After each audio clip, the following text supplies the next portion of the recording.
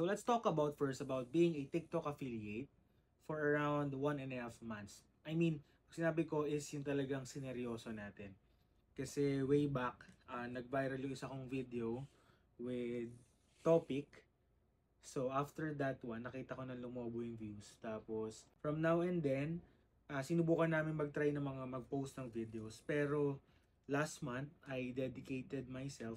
Magkaroon kami ng time for being a TikTok affiliate. If you don't know us, so we do have a real business aside from this one. So this one is a merely passion of us kasi selling, no? The way you sell to people, introducing the product. So we love doing this thing. So ngayon,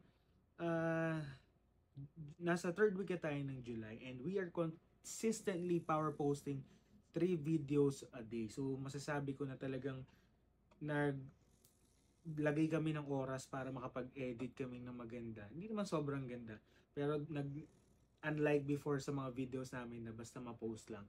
Last month and this month, nagseryoso kami with power posting of 3 videos. Actually, last month medyo fall short pa nga kasi hindi pa ganun. Hindi pa, ibig sabihin, mix yung mga posting namin. Like, short clip lang, 5 seconds to 10 seconds, na nagpunta kami sa ganito. So, hindi pa siya talaga review or something that puts value sa mga viewers natin, sa mga audience natin. So, we will check how many parcels or samples yung nagpadala sa atin within a span of 7 days. So, ito, may kita nyo, puro black. So, those are from TikTok Shop. So, there are 2 US brands. So, I will not mention the product first. Pero isa doon is ito. So, nakakatuwa lang kasi umabot tayo doon. Kasi we do have a YouTube videos and we do have YouTube shorts. So, in-upload natin doon. Siguro nakikita tayo since may mga US audiences tayo doon. So, natap kami. One of which is a power bank and one of which is cosmetics. So, sa susunod na I will make a different video regarding those two sponsors or 2 collaborators. So as you can see, meron na iba dito na white. So this is one of our international sponsor. So for now, let's count this one kung ilan yung i-unbox natin, ilan yung i-review natin. So yung mga products na dumating that month.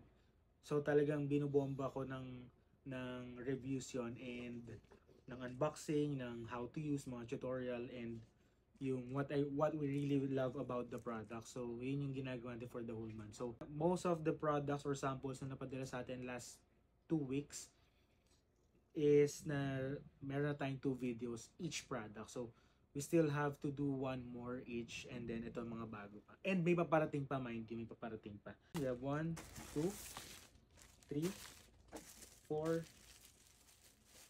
5, 6, 7. 7 na from TikTok Shop and then 1 yung nag-tap sa atin through email. So, yan. Titignan natin if worth it ba talaga na or mas maganda ba yung income being a TikTok affiliate rather than putting up a business first. So, narinig ko lang din kasi sa isang TikTok affiliate na he failed many businesses before and then nag-try siya ng TikTok, tapos yung earnings niya from TikTok affiliate of being a TikTok affiliate ni-roll niya or ni-reinvest niya on putting up a business. So ngayon, hindi na siya ganun kasi maraming risk no, sa business. Minsan tight budget ka. Yung mga vision mo medyo nakakat kasi mahal. So ngayon, may yung funds niya dito sa affiliate since 6 digits earning na siya or 7 digits, fina-fund niya dun sa business, which is good. So gusto ko rin gawin yun para mas ma-expand natin yung businesses natin na currently we have. That's all for now. Let's unbox this first.